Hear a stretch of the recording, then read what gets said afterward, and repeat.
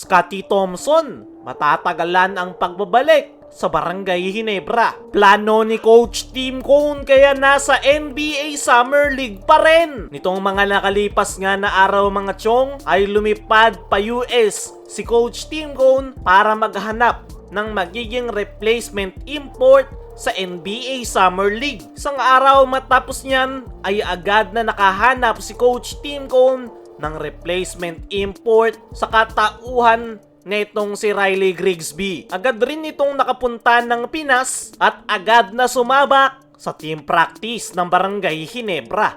Pero si Coach Tim Cone ay nananatili sa US at patuloy yung pag-i-scout sa NBA Summer League. Kaya naman, ano ba talaga yung plano ni Coach Tim Cone? As of now, ay hindi pa natin alam.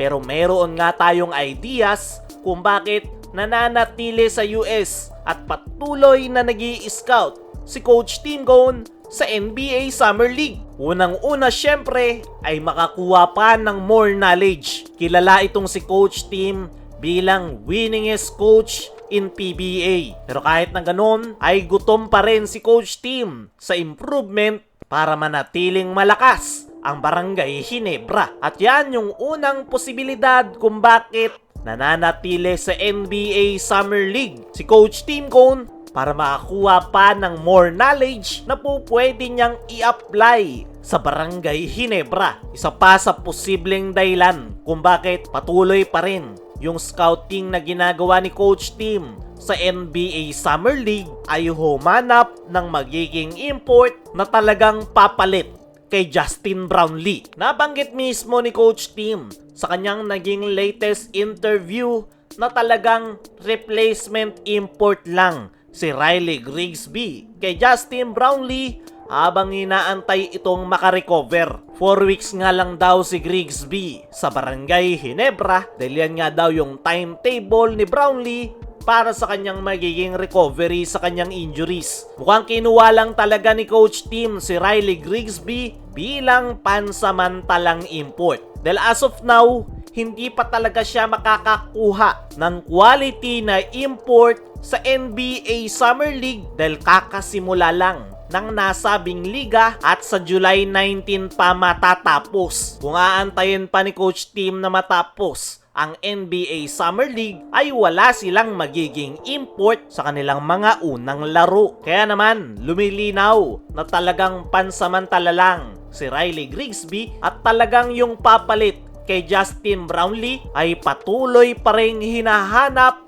ni Coach Tim Cone sa NBA Summer League. Para sa akin mga chong, hindi talaga madali na makahanap ng magiging kapalit ni Justin Brownlee. Kakaiba nga si Brownlee sa lahat. Napakahusay, all-around fit sa triangle offense at ang pinaka-importante, walang yabang sa katawan. Bibihira yan sa mga imports. Yan nga yung dahilan kung bakit mahal na mahal ng mga Barangay Ginebra fans si Justin Brownlee. Para sa akin mga chong, isa lang ang sigurado kung bakit patuloy yung scouting na ginagawa ni Coach Tim sa NBA Summer League, which is yung magiging future ng Barangay Ginebra. Maraming matututunan si Coach Tim na po pwede niyang i-apply sa Barangay Ginebra. Possible rin na makahanap siya dyan ng susunod sa yapak ni Justin Brownlee bilang resident import sakaling mag-retire na talaga